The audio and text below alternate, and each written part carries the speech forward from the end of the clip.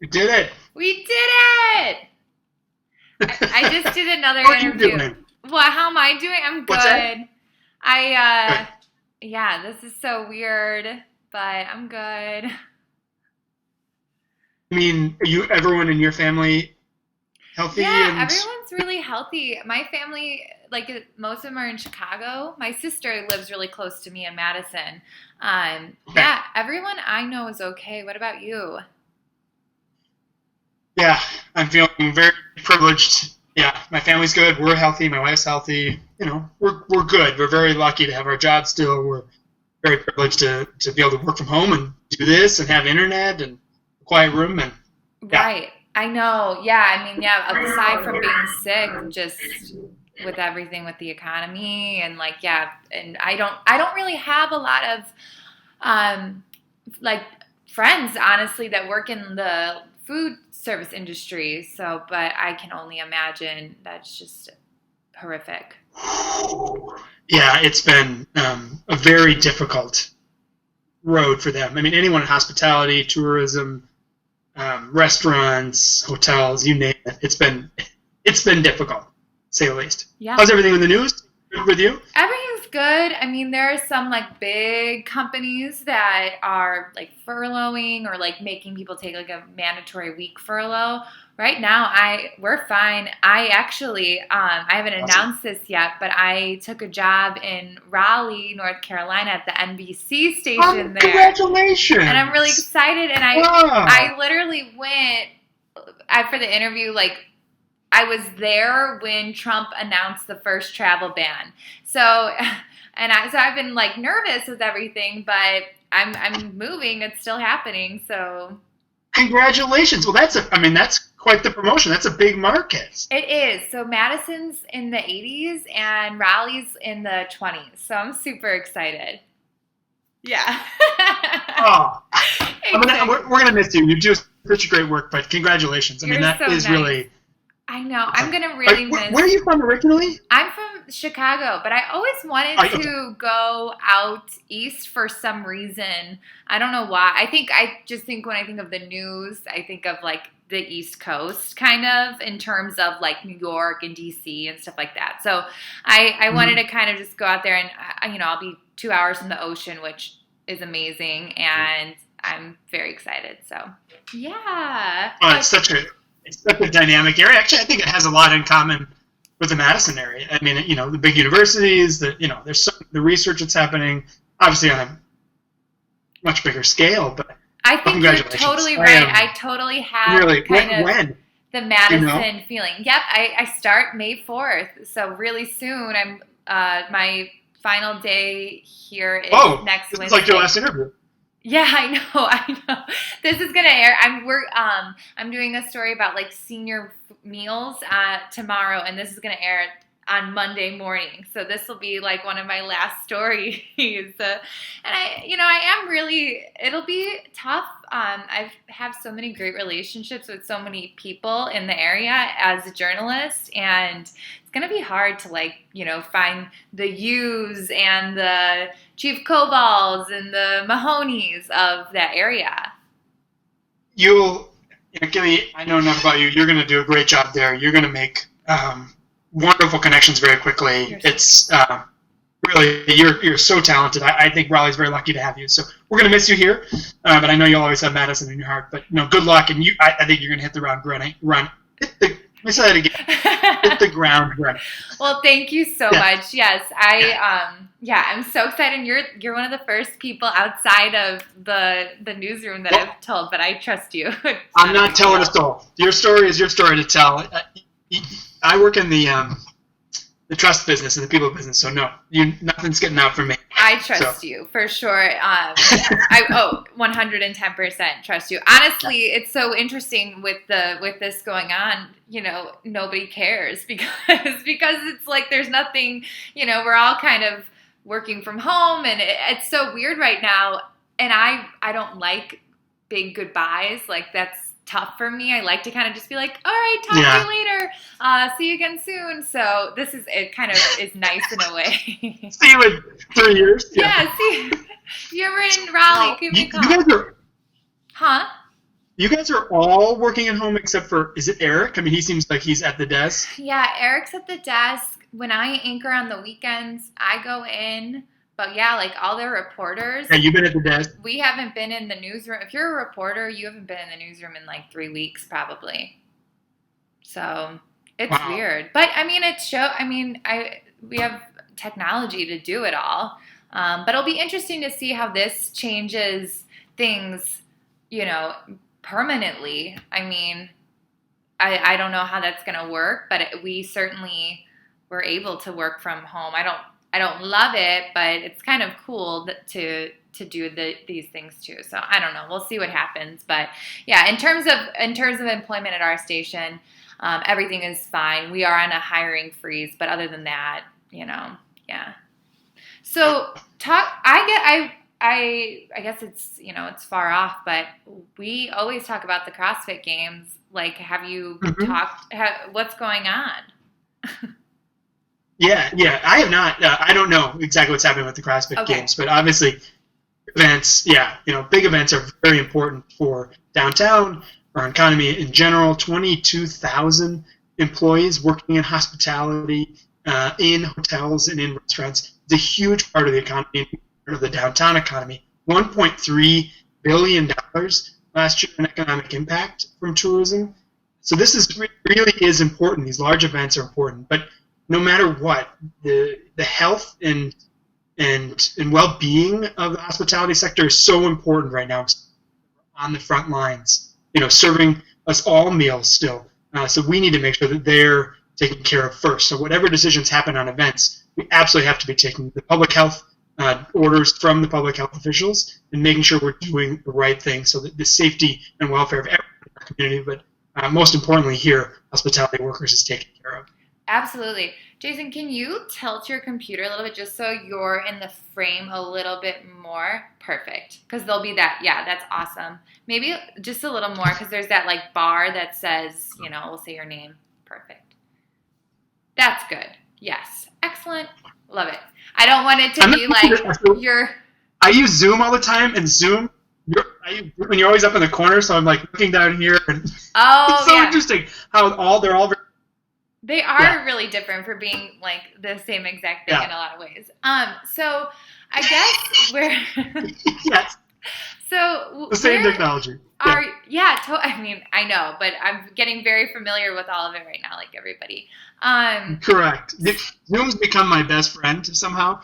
Yeah. I know it is really user friendly. I teach Bar 3 aerobics part time, and I've been teaching on Zoom, and it's it works. So that's awesome. Well, thank you for doing that. That actually, you really do worry about people's mental welfare and mental health, and I think things like being able to exercise in classes, even remotely, I think does make a difference for people. And so, awesome. Thank you for doing that. It does make a huge, and you can do all the like online ones, but if you're like, I never was into like the Peloton or anything like, but I understand why there's like wanting to see the person and having the connection, because it is different than just like popping in a exercise video and so and it definitely you gotta exercise because that does make a huge difference. I think at first everyone's like like we get to just sit around and eat pizza, but like that doesn't make you happy after a very long time.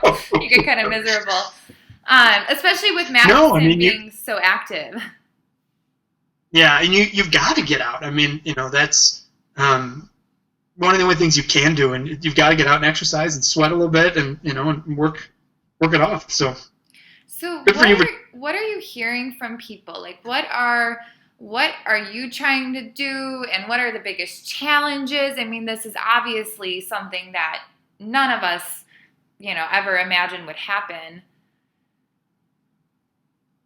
Yeah, the challenges change every day, right? We're working with our members and business downtown to make sure that they have all of the resources they need on a daily basis. Different recovery packages from the Small Business Administration or the Wisconsin Economic Development Corporation. All of these things are changing, and so it's our job, along with the Greater Madison Chamber and Destination Madison and many of these other economic groups, to get information to all businesses and all businesses in our community so they have the resources they need we're also trying to make sure we keep people connected. I think now more than ever we realize that human beings really do need connection to be successful, whatever success means for that person. And so we are continually trying to create different virtual meetings where people can get together, connect, talk about issues. Many of those issues now are COVID related, but it's a conversation with Mayor Rhodes Conway, or it's a conversation with about transportation and COVID-19. We want to provide those resources and those connections. And the last thing we're doing is advocacy. We really are making sure that our members have the support and the resources they need, so we're advocating to make sure that any recovery and any restart and reimagine really is the world we want to live in. I think that's very important. Now we're in this huge moment of change, and I think we need to take this time to really reimagine what we can look at, and then make sure the policymakers understand that this is a better world for everybody, for small businesses, for employees, for our community, and this is how we do it, and these are the resources that need to go into it. So not just kind of like what we've seen come out of like a federal and state level in terms of helping businesses, but looking at things from here on out, saying that like this would be a great way to change things for the better beyond the pandemic. Yeah, I think you have to always make sure we're paying attention directly to the pandemic right away, right? There are so many people that are not in a good position. They've lost their jobs. They've lost family members. They're sick themselves. I mean, this has disproportionately affected people of color. We're really understanding what privilege means in America, and so we need to think about that. And is there a way to live in a better world after? First paying attention to that, mitigating the real difficulties that many people are having, but then let's actually start talking about what does the world look like when we come back to a relative normal? Can we create a society and a place where we all want to live? And I think that that's going to be hyper-local. I think you're going to see that, Madisonians and people in Dane County are going to want to create, a community that they want to live in. And that requires us in the community to all work together, but it also requires policymakers to make sure they're setting the agendas, being leaders, and providing the resources that we need to make sure we have a better society for everybody. I see what you're saying. So, because, I would, with a lot of people in the service industry, those are immigrant workers and more people of color. I don't know any statistics locally, but is that true here? Yeah, absolutely. The hospitality and tourism is certainly as a very high workforce that is people of color, and so, but they're also the owners of the businesses, right? And our friends at the Latino Chamber of Commerce have talked about, they think that about 80% of their members are not going to be eligible for the recovery right now, whether or not it's the payroll protection program or other SBA grants. So people are already falling through gaps with the federal system. And so that's where the state and the local government step in and say, look, we need to prioritize businesses that are owned by people of color. And we need to make sure that they have the resources they need financially, education, whatever that looks like. That's how we build a more inclusive and a better city where everyone is going to thrive. We are in difficult times right now, but I think you've got to look at what positives can come out of this. And one of the positives we can really build that society that we want to see. Why do you think they are not going to be served through those federal programs? Yeah, I think there's a myriad of reasons. I think it could be immigration status. It could be the ability to actually find the technological equipment, the IT status, right, to fill out the applications. They're cumbersome. There's a myriad of reasons, but there are reasons that those are happening. And so we need to make sure that we're filling those gaps as a society. And many of those positions are in hospitality and tourism. And that's a segment that has been disproportionately affected. As we just said, 11% of the total American population works in that sector. And we're hearing statistics that anywhere from 35 to 75% of independent restaurants could close because of COVID. And so that's not what our society wants to see. We don't want to see restaurants closing. We don't want to see hotels and these amenities that are so important, not just for quality of life, but for the economic development of community. We don't want to see them closing. And so we need to do whatever we can as a society to try to help.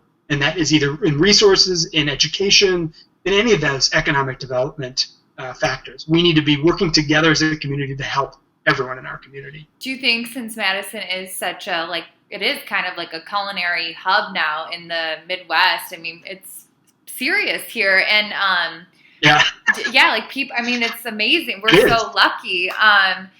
Do you think that we will see like local government step up and maybe do a little bit more than what we're seeing right now on a state and federal level? Yeah, you're starting to see communities like Minneapolis in particular that put $5 million in resources to help these sort of small businesses who are falling through the cracks and to help these tourism and hospitality industry. I think Madison will see the same. The mayor has made some very favorable comments about the same thing about rebuilding our society and making sure that all businesses are taken care of. Some are going to fall in the gaps of the federal government. Some are going to fall into the gaps of what the state government's going to do. And I think the county and the city in particular, under Parisi and Rhodes Conway, have done a good job already of acknowledging that they need to put resources into it. But now I think it is the time, because all of these businesses are just holding on. They are barely making it. So many people can't pay rent. They can't have their payroll. We need to keep on workforces so that they can continue to pay their own bills. If not, the whole system stops, and we can find ourselves in a much worse economic situation. You give that statistic about, was it like 35, 25 to up to 70% of restaurants nationwide could shutter permanently as a result of this, which is terrifying. I mean, what would Madison look like if that happened here? I mean, it would just not be the same Madison at all. Yeah, I mean, picture State Street, or picture Willie Street, or picture Monroe Street, or whatever your favorite street is, whatever your favorite main street is throughout America. It will look very different without restaurants, in particular local restaurants. I mean, these are people that employ so many people, feed us, they create a better quality of life.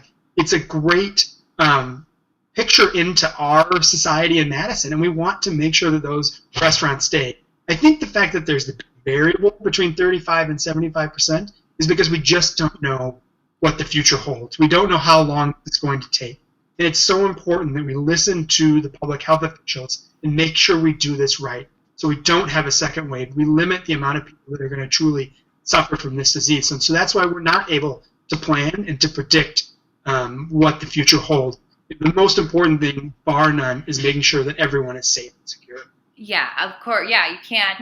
I made a joke to Mark today because Mark, the photographer that you've worked with, is how's he? Is he doing well? He's doing really well. His family is in Iowa, and I was asking him how he felt about Iowa not closing down a lot yet, and he was like, well, and I was like, well, you can't have an economy if everybody is sick or dying, like you said, like everybody needs to. Sorry, this is my wife Rachel. She's over here. Hi. Yeah. Oh, your hair looks nice. Would you like to meet my dog? Yes. Yeah. Here's Bogey. Oh my gosh! What kind of dog is that, Bogey? He's a toy poodle. We've got Millie and we've got Bogey here. He's 12 years old. He's so cute. Yeah. He knows he's cute, though. He knows he's cute. You can tell. He's like, he's comfortable in front of the camera. I'm allergic to dogs, but I really want to get one, and I'm looking into getting a poodle because they're good with allergies. But that dog's so cute. So my wife has allergies, and she's fine. Yeah, okay. We've had Bogey for 12 years, and it's been great. We toy poodle and a miniature poodle. So anyway, I'm sorry. You were saying about Mark, Iowa. Yeah. No, we were just saying how, you can't have the economy, the argument for keeping things open right now, but you can't sustain that if people start to get really sick. So like you said, first health and then building on that. We have to get this right. The human and psychological and social damage that we do if we open early will be exponentially worse than any economic damage we can do. And so we have to make sure we get this under control and that people are safe, that people are healthy. And then we can talk about how do we restart the economy. Yes, are there going to be ways to restart it gradually? Absolutely. But that'll come when and how we listen to those public health. Absolutely. And I know, we don't have a crystal ball. And like you said, we're taking things truly like hour by hour. It seems like things change every 24 hours. There's some new update or something that we can be doing differently. Thinking though of, and maybe the answer is we just don't know. I mean, we're looking at the farmers market, all of those festivals. There's been talk about the, football schedule, and everything like that. Like what is your answer for those things right now? Yeah, I don't think we can predict what will happen with, oh, sorry. That's okay. Hold 1 second. He's going to bark now. I know he is.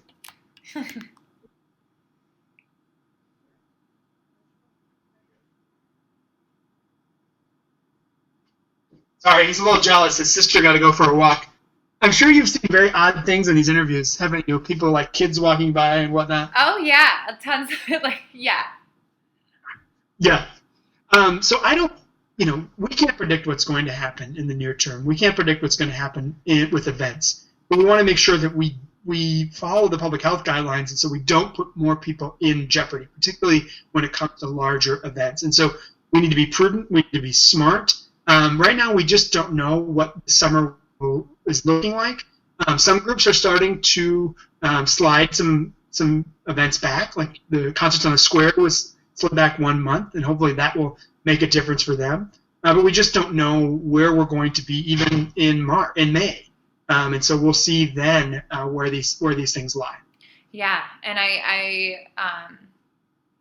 I'm sure there's a lot of discussion with all of it, but you can't, like you said, you can't make any decisions. There's been discussion that like this will change things forever. I mean, what is your hope, or what is your like educated guess? Do you think that we will still one day have games at Camp Randall, and we still will one day have the farmers market and things like that? I do. I mean, I do think this is going to change things forever. You've seen that, throughout history when, life-changing events happen. History is changed. But what I do know is humans love human contact, and humans want to be with each other now more than ever. We've seen that in the last few weeks, whether or not it's through Zoom calls and just people finding a way to connect, or neighbors yelling at each other across the street. People want human connection. So when it's safe and when it's ready to go, we will absolutely be back on the Capitol Square, walking around, buying things in the farmers market. We will absolutely be back at Camp Randall, cheering on the Badgers. These are such important events for our community, but they're really important events for our whole, human beings. We need to make sure we have those events. I don't know when that's going to be, but there will be a day when we will see it. Will there be modifications as to how we enter those spaces and how close we are? Potentially. But as humans, we really need that contact, and I think we're going to find ways to fulfill that need. Right, and you're trying to keep things afloat, so when the time comes that we are able to open things back up, there's, places to go.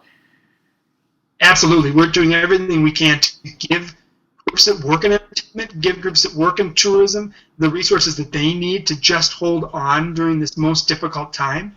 And then when they're ready to go, when they're ready to reopen, let's reimagine what this looks like. Let's restart this and build this into the way we want it to be so that they can prosper once we're all back up and running.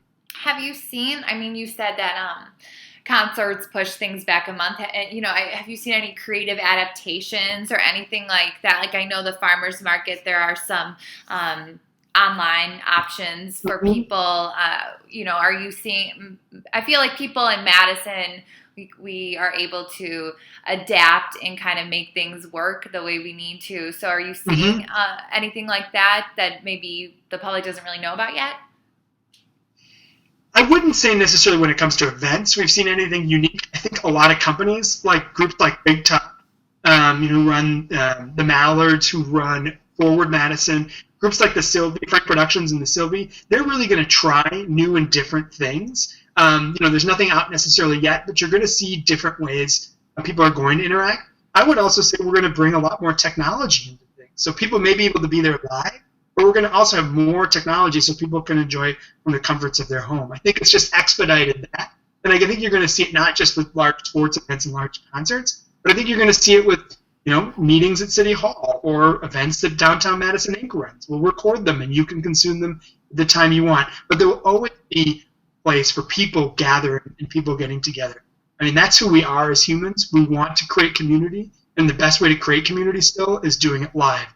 One day we will get back to that place. Yeah, I love there's that little, I think it's like a meme or a saying floating around, no one is ever going to complain again about going to school or going to work, and every restaurant is going to be packed, and no one's going to want to stay in and not go to the concert, all of that. And yeah, I think people are certainly craving all of that. And we just thought it was a given. Nobody, I think, ever thought that would be taken away. So no, I wish that were not the case, but I hope that whatever happens, everyone remains healthy, everyone remains safe, and they do well during this difficult time, and that we need each other. And that what you guys are doing in the media, I think, is so important. You're doing new and creative things, whether or not it's Colbert or whoever. People are trying to find different ways for us to connect. It's really cool, and I think you're going to see more and more of that imagination. When you have these crises, things do change, and we see the best in people. We see the best in our community working together to find solutions to make sure all of our community are part of it, to be more inclusive, to create new events for community. I think it can be a positive and a special time, always knowing that so many of our friends and family are going to go through a difficult time, but there really are good days coming. Yeah, I totally agree. Last question for you, and I know ask away. I know you don't. I know it's so hard to tell. I think of the seniors at UW who don't get to experience graduation, which is so sad. I mean, that's such a great. Yeah. I went here, so it's a wonderful memory for me. And I know. And again, it's another thing that you just assume. You're always going to have a graduation. So, and we, I think everybody wasn't surprised, but when the university announced that relatively early on that there was not going to be an in-person ceremony, is it fair to say that there are conversations being had about maybe postponing things or canceling things as Summerfest approaches in Madison? I think there's conversations about what is realistic, right? Doing future scenario planning to understand, is this the right thing to run an event like this? Are more people going to get sick by running an event like this? Those are absolutely conversations that leaders are having. And as we get farther in time and are learning more what's happening, and we're learning that the social physical distancing is making a difference in Dane County and the Madison area, I think people are realizing we need to keep that up. And so that may mean we do postpone some events. But I'm hoping we always use that word postpone and not cancel. That we find a way to just postpone concerts on the square, to just postpone art on the square, to just postpone the farmers markets, and that we find another time when it is safe for everyone to get back together and be one as a community. Yeah, I mean, I think at this point people will go to concerts on the square in January. We don't care. Honestly, yeah, that's not a half bad idea. I mean, that's how things change, right? I mean, let's do it. We'll build a bunch of igloos. We'll have fun. That would be amazing. I don't know. I would not want to be like the trombone player or the someone playing. Oh my gosh! Yeah, your brass lungs. Instrument, but maybe a woodwind would be okay. Yes. Do you have anything else, Jason, that you want me to include in this? I feel like we covered a ton. A lot. Yeah. No, Keely, just thank you for the opportunity, and honestly, thank you for what you guys are doing. You entertain us at a time when we're all sitting and watching TV. So, thank you very much for all you guys are doing. We really appreciate it. Well, thank you for always being so valuable and so friendly and kind, Jason. Seriously, you're one of my favorite people to interview. You always give great sound bites, and you just have tons of energy. We're going to miss you. We're going to miss you, but, congratulations on the, honestly, amazing promotion. I mean, I'm excited to continue to watch your career just, skyward up. And I think Raleigh-Durham area is very lucky to have you.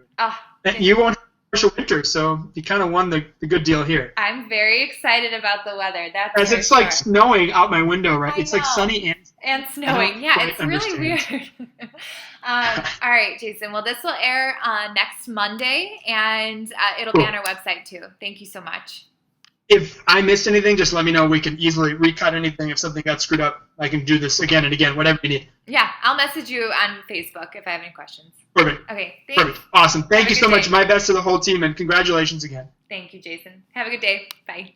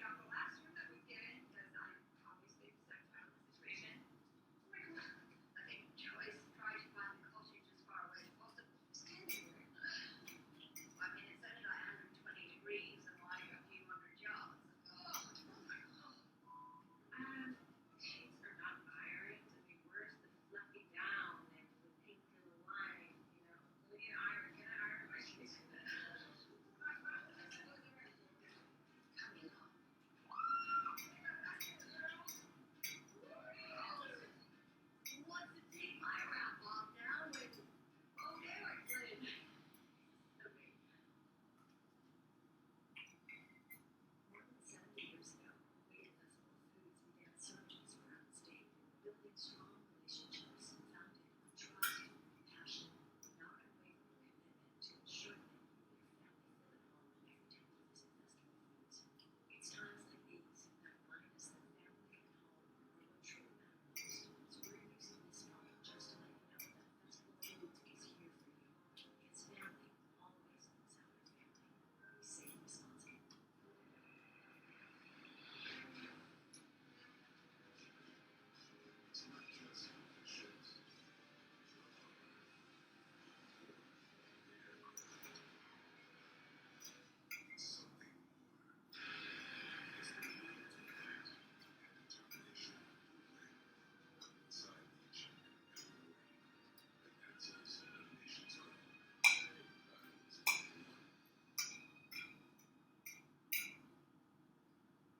nearly 100 years, we've worked